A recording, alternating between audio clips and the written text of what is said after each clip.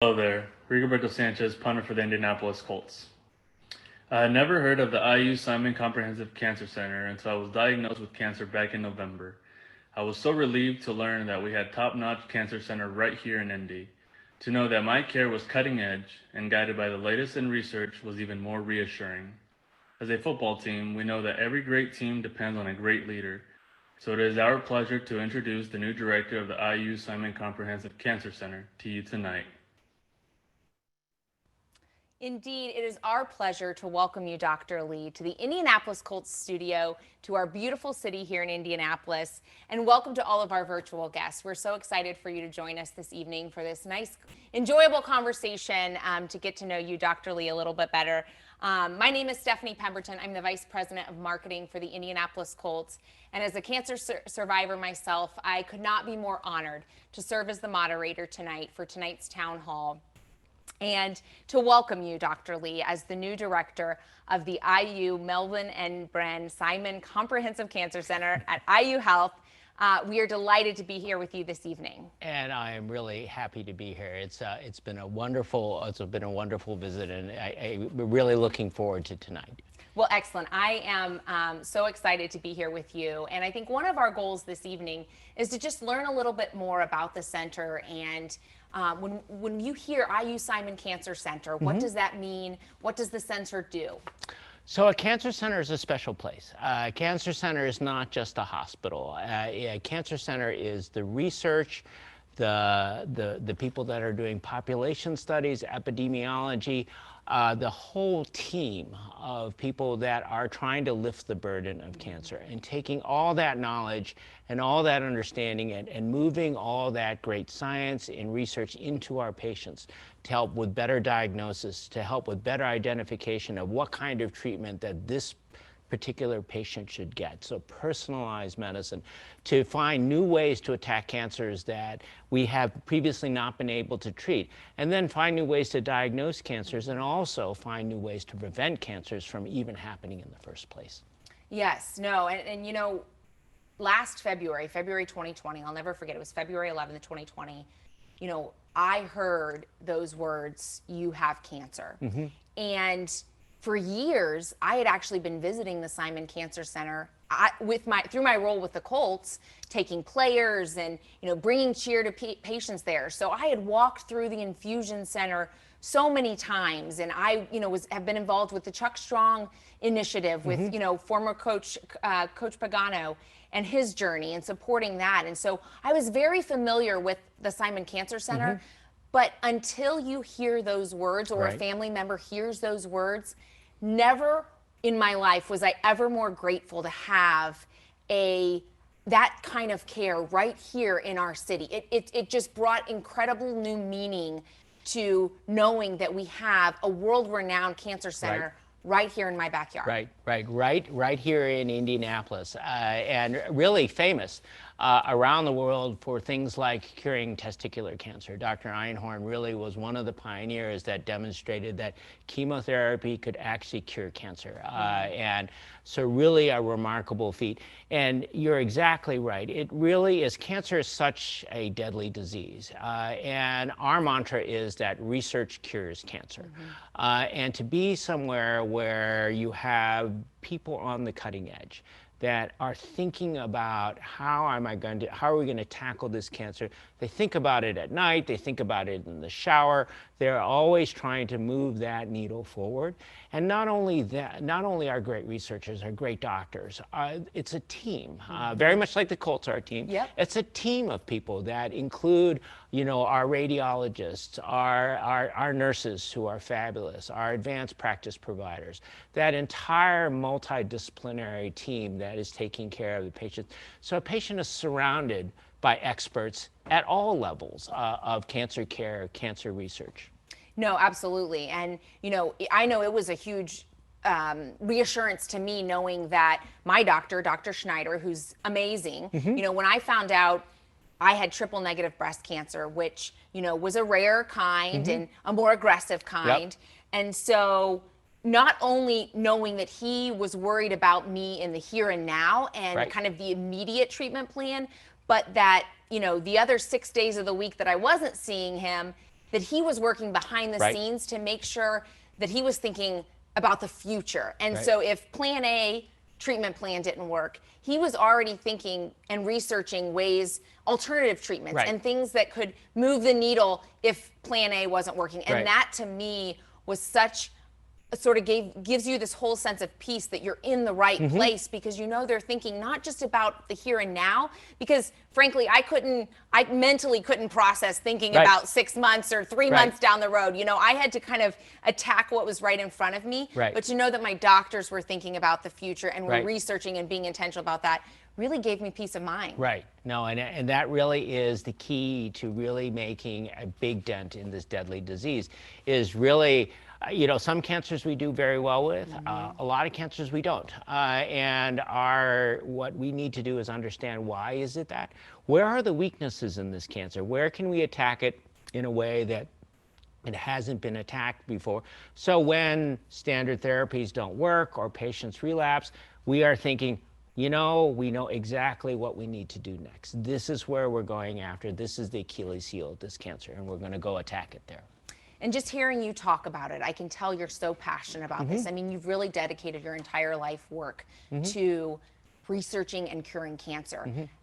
Why did you choose this path? What led you to choosing this path? So this was a complete accident. It goes back to my motto that it's better to be lucky than good. So I was never going to go into medicine. When I was a junior in high school, I was going to be a marine biologist. I was going to be the next Jacques Cousteau. And I got a research internship with Elliot Perlin, Dr. Elliot Perlin, who was at the Naval Medical Research Institute in Bethesda. And my project was to study what chemotherapy in cancer patients does to people's immune system. And this was way back in the Stone Age of immunology. But I was so fascinated by the project. I was so fascinated by the science. I said, you know, maybe I should think about going to medical school. And at that point, you know, there were a number of universities that had 6-year medical programs, which means that you did undergraduate and medical school all at once. So I applied to some of them, including the University of Michigan. So I am a Wolverine in the Big Ten, so grew up in the Big Ten. And I applied to the one at the University of Michigan. It's called Inoflex. And I get a letter back from them. And this is back in the days where you actually got mail, right? And you could actually tell how, you know, based on how thick the envelope was, whether or not you got accepted to the university or not. So if you got a big, thick envelope, you said, oh, good, you know, they want me. You get a really thin envelope, it was like, yeah, thank you, but no thank you. So I get this really thin envelope from the University of Michigan, and I'm going, I didn't get it. So I open it up, and it says, Dear blank. And there was nothing there. It says blank. We would like to interview you for the Inoflex program on blank date, signed blank. I'm going, oh, that's really weird. It doesn't say anything. So I show it to my mom. My mom reads it. She gets more and more irate. She gets on the phone to the Inoflex office in Ann Arbor and starts yelling at the secretary.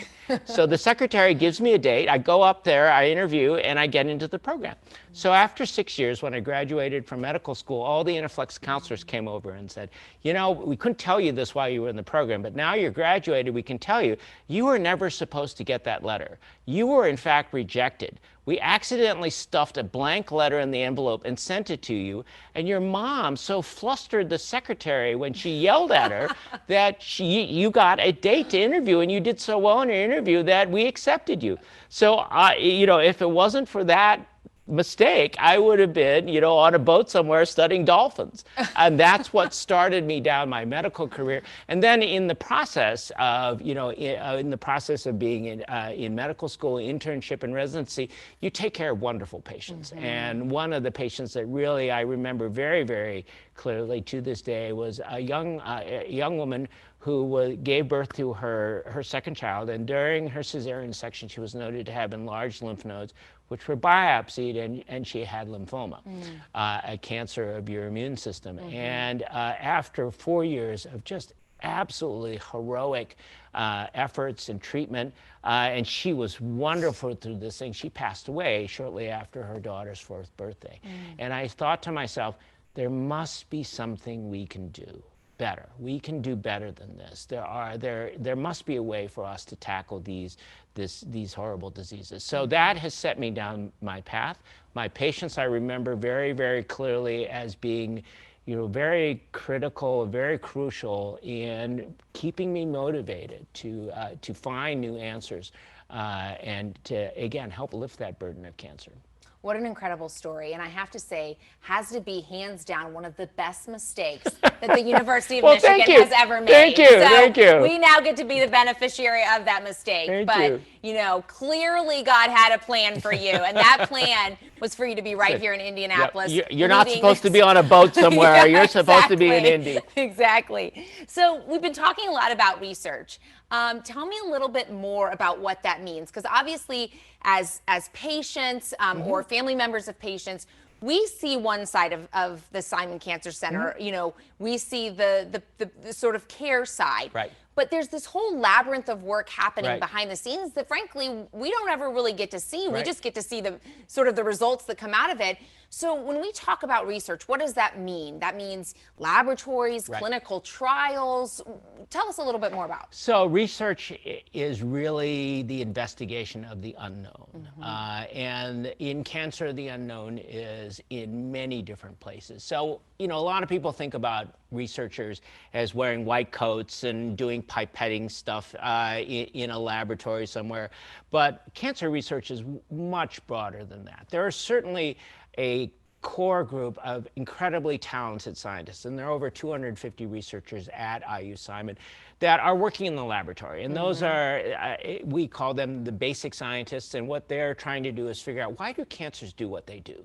Why do they behave the way that they behave? Can we attack them in novel ways? Are there new molecules or new ways to diagnose them? So they are really focused on sort of understanding the fundamentals of the cancer biology. But we have other researchers that are trying to understand, why do you get side effects when you get this kind of chemotherapy? Or why do some people get side effects, like they lose feeling in their hands and their feet, while others don't? What is the basis for that? And then we have other researchers that are understanding, why do people quit smoking? Or why don't they quit smoking? And what is the best way to convince people that, what are the best strategies to help people quit smoking?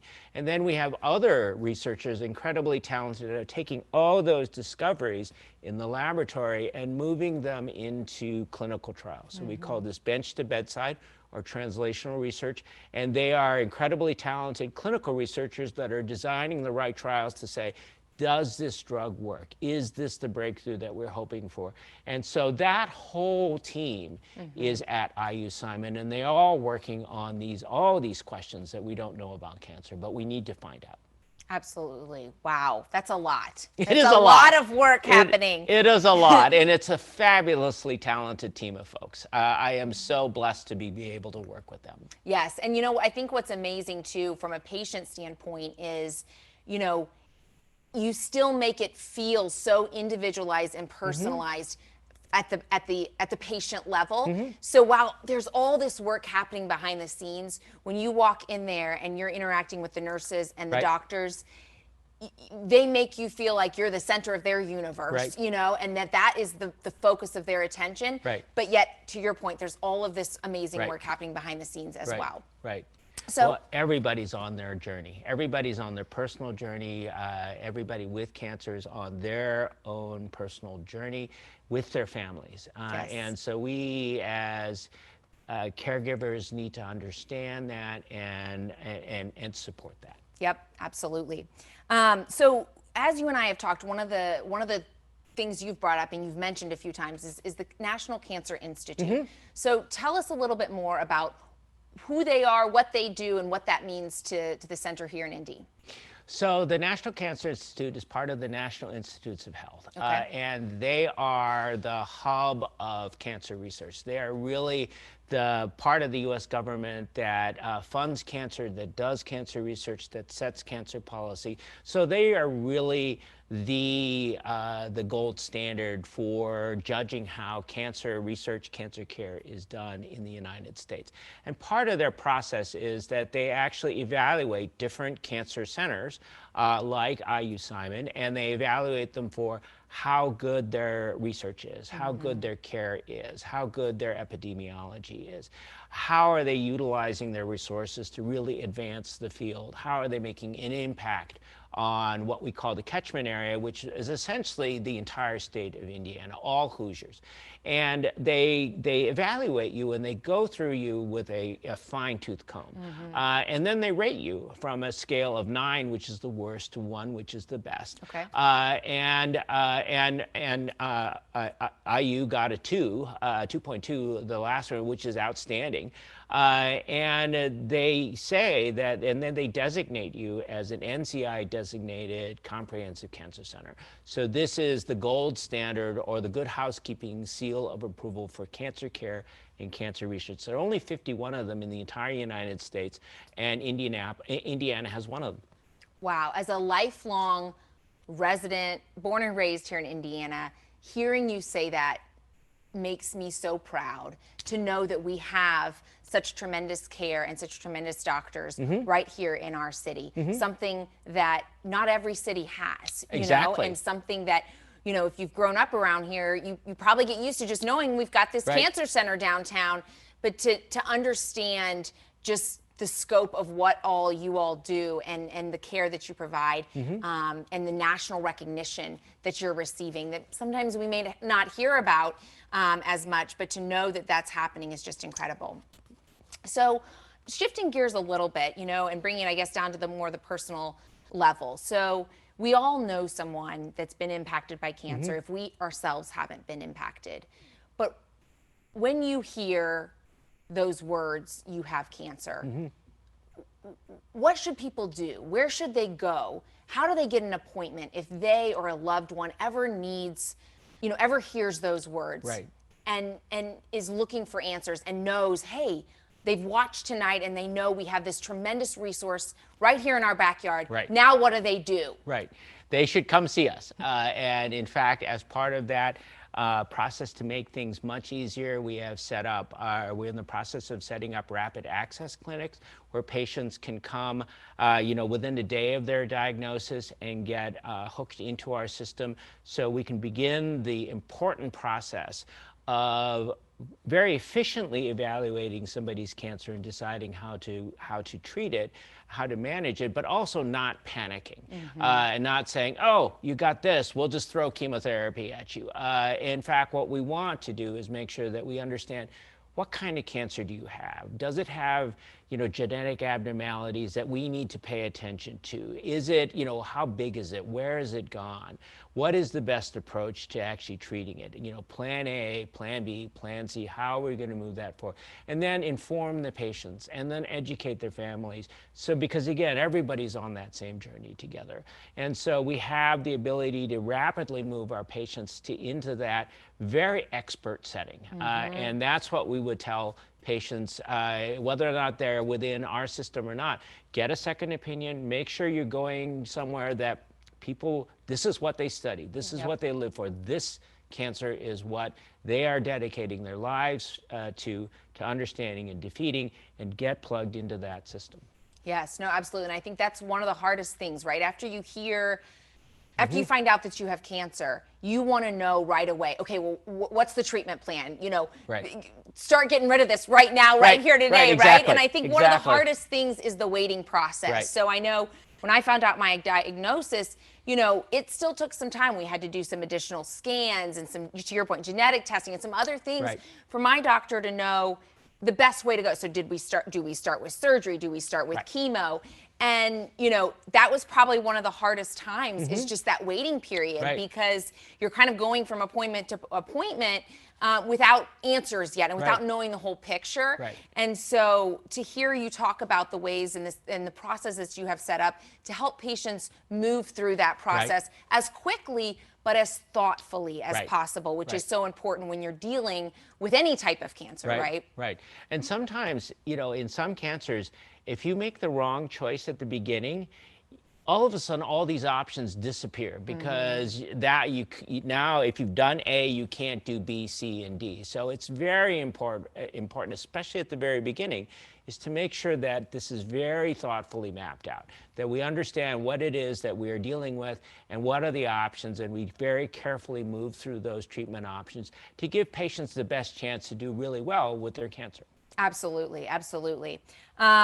So again, shifting gears a little bit, there's been some rumblings in the local news about the cancer center relocating or moving across town. So Right. tell us a little bit about, what we've been hearing in the news and what that means. So this is really exciting. In fact, there's going to be a new hospital built, a new university hospital built in 2026. So all of University Hospital, the Cancer Pavilion, is going to move to what I think is going to be a spaceship. I mean, it's going to be like so modern and so exciting to be in. And the Cancer Pavilion will be in one place. And we have this great opportunity to design it with all the things that we learned about the current Cancer Center Pavilion, about how do we have things that are close together? How do we improve the patient experience the best way? How do we make sure that patients can navigate through a very long and trying days? You get chemotherapy, you get scans, you get blood tests. How do we navigate that so people aren't running 2 miles down the hallway to get to their next appointment, and have all those things as an integrated institute within the new hospital? So, and then how do we incorporate new technology, some of it which has not even been invented yet, but will be, very important in 2026. How do we incorporate that into, the patient care? And that also allows us to integrate the research very closely with the clinical, the clinical care piece. So it really sounds like this is being designed with the patient at the center. Every decision is being made thinking about the patient experience and how can we continue to make the patient experience even better, knowing that, as a patient, you're spending a lot of time, whether it is getting scans and going from doctor's appointment to doctor's appointment, or sitting in the infusion area for 3, 6, 8 hours at a time.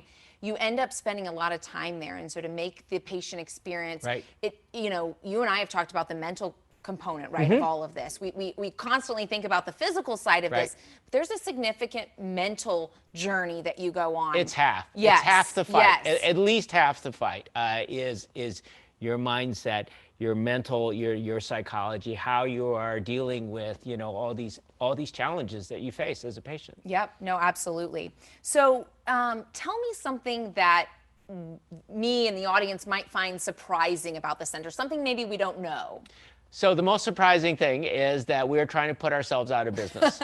Our job is my job is to retire at the old cancer researchers home, sit in a rocking chair looking at the beach and say, I'm glad that's all over. We don't, our kids don't have to face cancer anymore, and that would be phenomenal. So we are really working hard so that we are actually trying to put ourselves out of a job.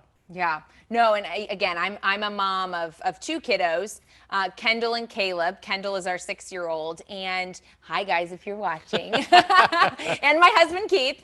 Don't want to leave the family out, but now that she has a mom that's had breast cancer, right? Like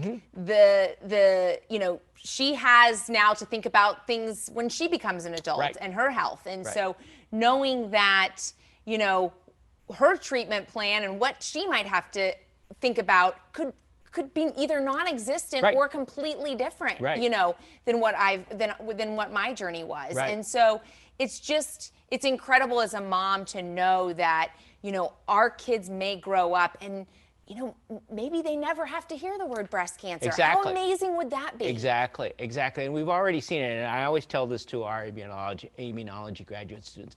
So when my parents knew people that had polio, and my kids won't even know what polio is. And so that's the advances we've made on the infectious disease side, but we're also seeing it for cervical cancer.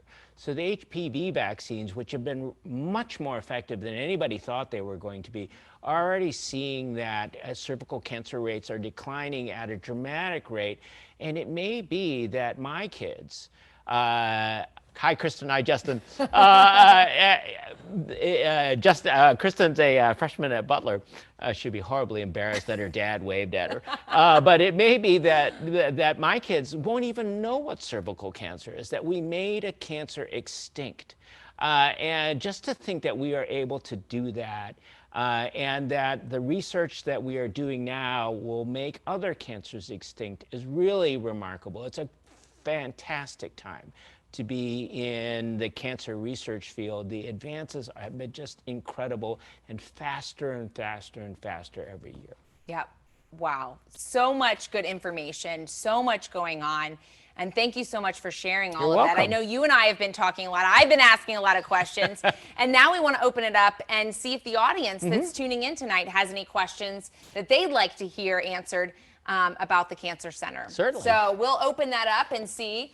So let's see. Our first question here. What are the prospects of using the mRNA approach in cancer treatment? So that's a great question. So the mRNA approach refers to the vaccine approach that really revolutionized the treatment or the vaccination for COVID-19. Both the Pfizer and Moderna vaccines are this mRNA vaccine. And the mRNA vaccines are really technology that really is cutting edge. And it allows for a very quick manufacture of a vaccine, which is very important for patients. So because every patient's cancer is different. So we need to take that patient's cancer, analyze it for particular mutations or abnormal proteins that are in it, and then turn those into vaccines very quickly. And the mRNA technology actually allows us to do that. And in fact, that mRNA vaccine technology started in cancer. The Moderna folks had actually pioneered it for the use of generating personalized vaccines in cancer. So there's a lot of excitement of taking that technology, taking all that we've learned from the COVID-19 vaccinations about side effects and how long immune responses last, and moving that in the cancer field. So we are very excited about that. Very cool, very cool. Let's see, next question. Why should someone participate in a clinical trial? So to go back to my mantra, research cures cancer, because again, a lot of patients face cancers that standard therapy really doesn't work very well in. So clinical trials are trying to advance what we know to try new attacks on those cancers. So not only may the therapy help the patient, but and many of my patients say this, I want to be part of a clinical trial because even if it doesn't help me, it might help somebody else. And I can be part of the solution.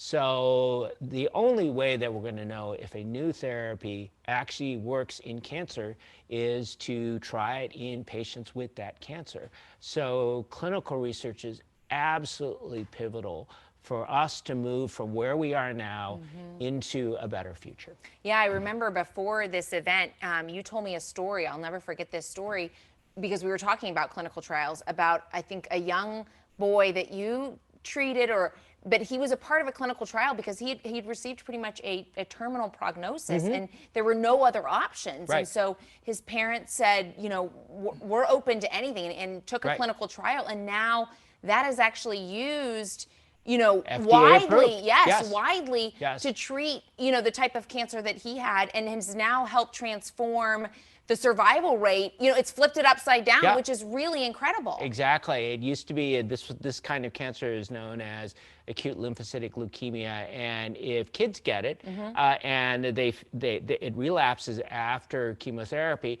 it really was, there was nothing else that was possible. I mean, the average life expectancy after relapse was about 9 months. Nobody ever survived much longer than that. So it was a death sentence if you had this. And this new technology, it was CAR T-cell, brand new immunotherapy, was being tried out for the very first time.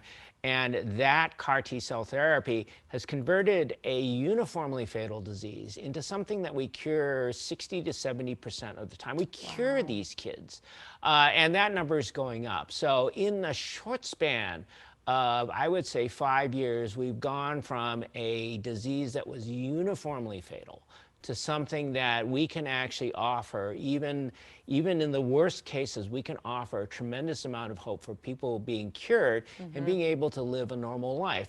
And so this is the exciting part of clinical research. And again, it is something that is making a huge impact because the time by which we can actually get these amazing therapies from the lab into people is going much, much faster. Incredible, incredible. So let's see. Next question. Can you speak to familial or hereditary breast cancer?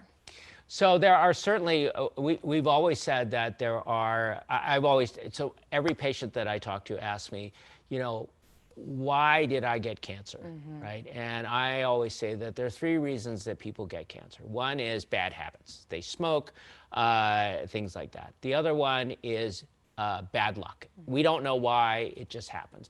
And the other one is bad genes, that patients will have a mutation that they carry with them that in the right circumstances converts over to cancer.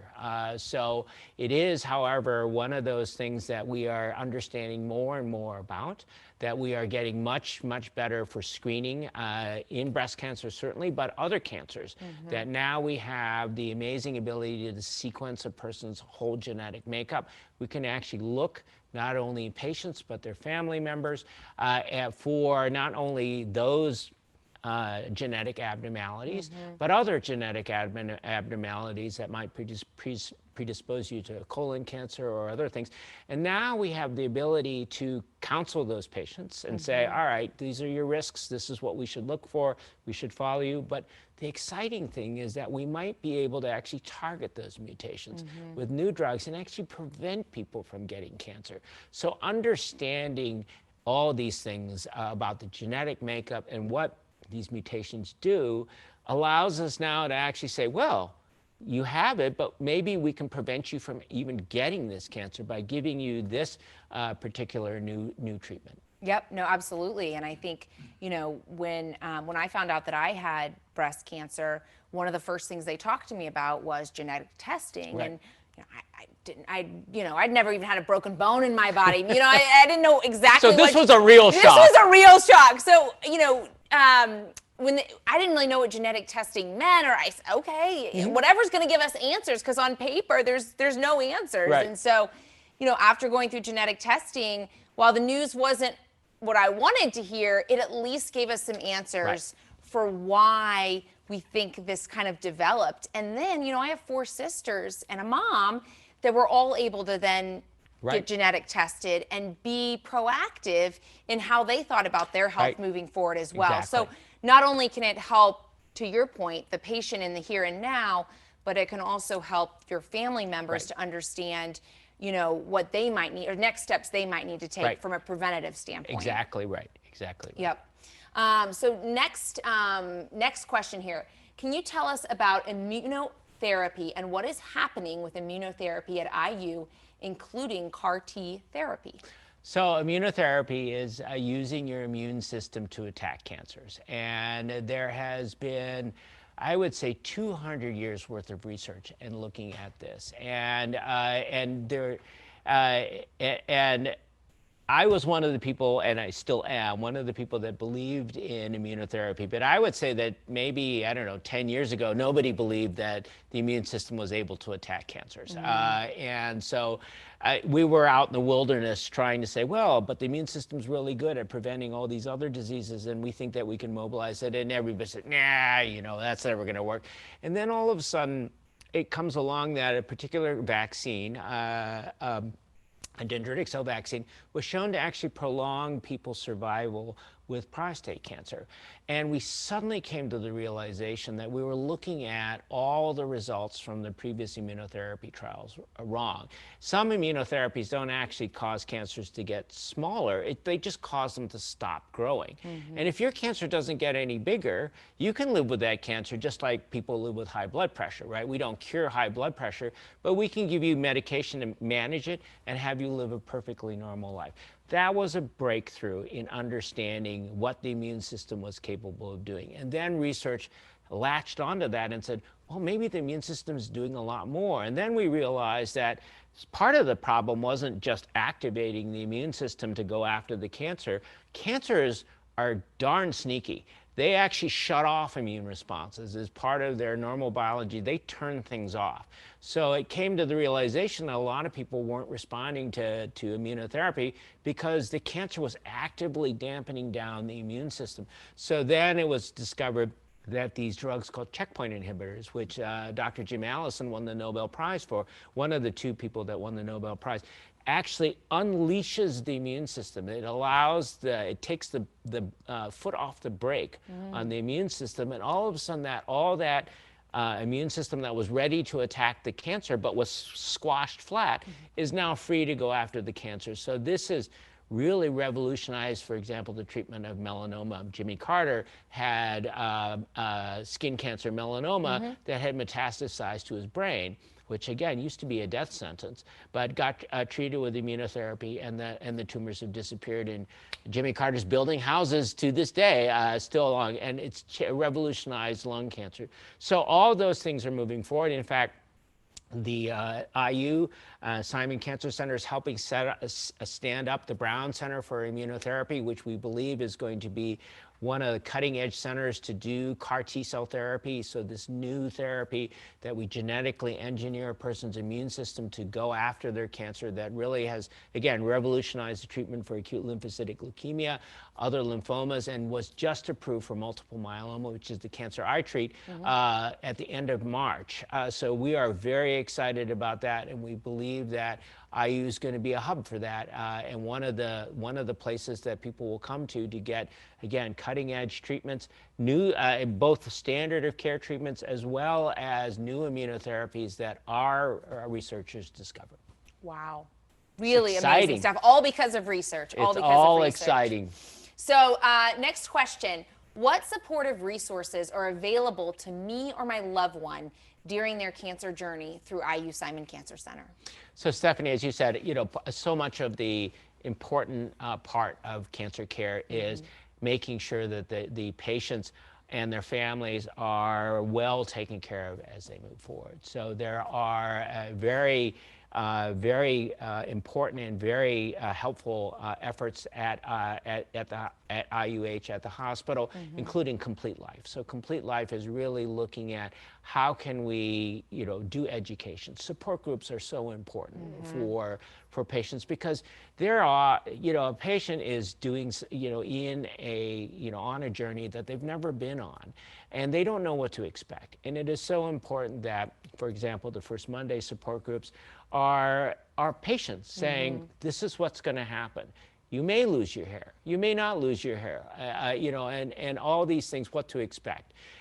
There are art therapy, music therapy efforts. There's yoga therapy. There are folks that are appearance consultants, because cancer therapy changes your person physically as well as mentally, and how do we cope with that? So there are an extensive array of support services for both patients and families at Simon. Yep. So really treating the whole person. Exactly. And their support system. Exactly. As you and I have talked, and as I learned, having that support system is so helpful and so important as you go through your journey, and really helps you kind of work through the mental side of it. Yes, So, exactly. and we all, and I can say this as a woman and a mom, and the idea of losing my hair was not something I was looking forward to. But here's what I will tell you is, after you start kind of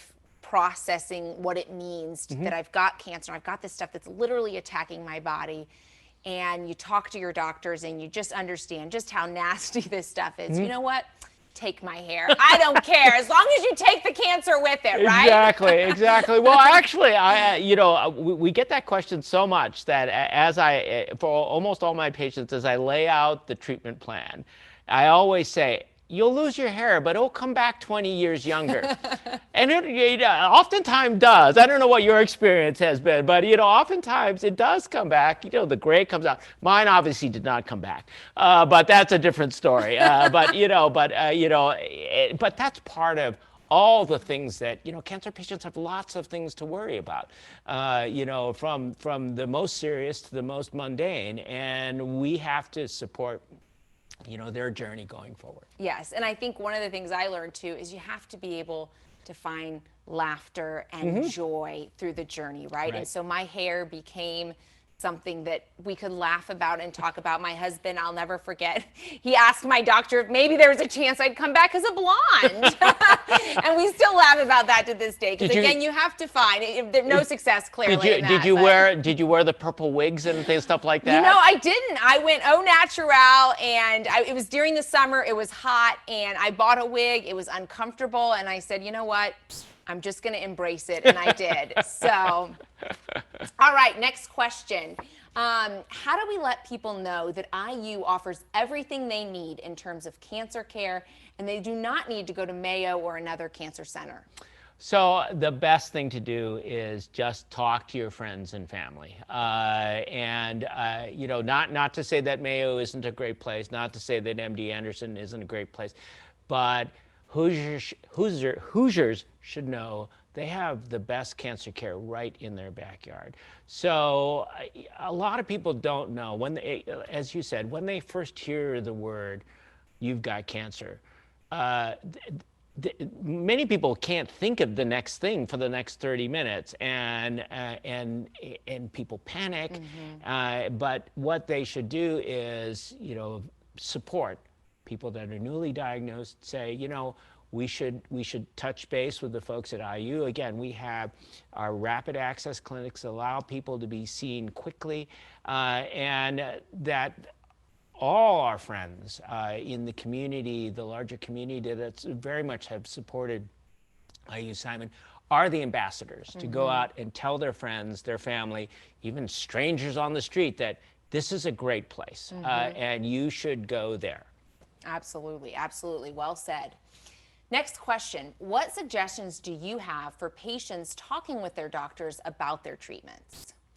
So again, we have always said that you should go to where the experts are. So if you are newly diagnosed with cancer and you're talking to your primary care physician or even your oncologist, you should say, well, I would like to get a second opinion at IU Simon. And it may be that we look through your records and say, you're getting perfect care. This is exactly what we have done, we would have done. Or we might say that, well, you know, there's a clinical trial opportunity here for your particular genetic signature. You know, would you consider doing that also? So I think that the important thing is to go where the experts are and get them to weigh in on your case and say, this is what we think. As a team, this is what we think the best plan is. Wonderful, wonderful. Well, thank you all so much for those questions. Really insightful, thoughtful questions, and we appreciate you all sending those in. So it's clear from our chat tonight that the Cancer Center is a special place.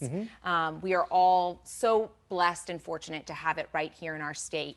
So if folks are now left wondering, how do I get involved? How can I volunteer or donate or be more involved with this amazing place, this amazing mission for, you know, right here in our city? What can they do to get involved? We have wonderful volunteers, and we are always looking for more people to volunteer their time, their love, their effort in helping cancer patients understand where things are, helping getting the message out, raising money for the cancer researchers that do such a great job. And it's more than that. I always tell our scientists that, you know, cancer research is hard.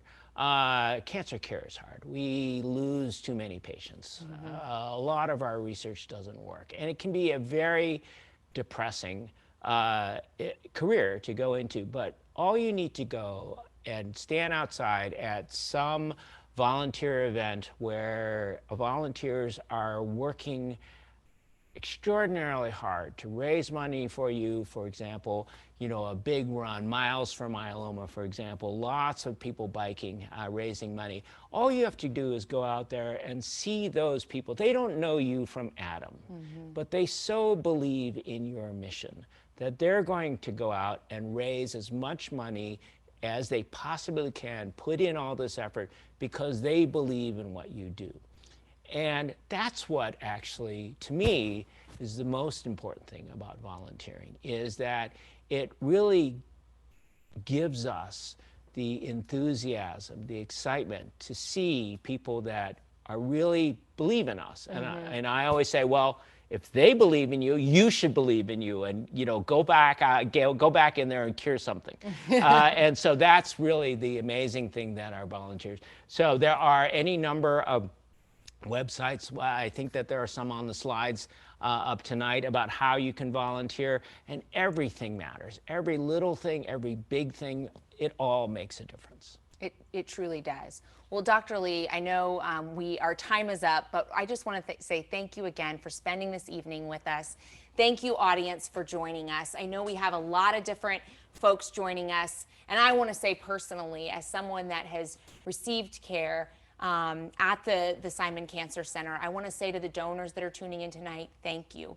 Know that your dollars and the time that you've invested over the years means something. It means something to me as a survivor. It means something to my parent, or to my children, my parents too, my children, that they got to hear their mommy tell them that all the yucky stuff was gone, and that was because of all of the time and resources that you've invested in the Cancer Center. So I'm sorry to get emotional, but it is an emotional journey. And so I want to say thank you to the donors. Thank you to the staff. You guys are amazing. Thank you for the care that you provided for me. Thank you for making your life's mission to cure cancer. It means so much. And to those of you that maybe are just tuning in to learn more or just curious about the center, don't let tonight be the last time that you connect with the IU Simon Cancer Center. Get involved, find a way, because I promise you, you will make a difference, you will make an impact, and you just never know when someone that you know or love might need to visit the center and receive care for them. So thank you again for tuning in. Dr. Lee, it was such a pleasure. You. I hope you all enjoy the rest of your evening.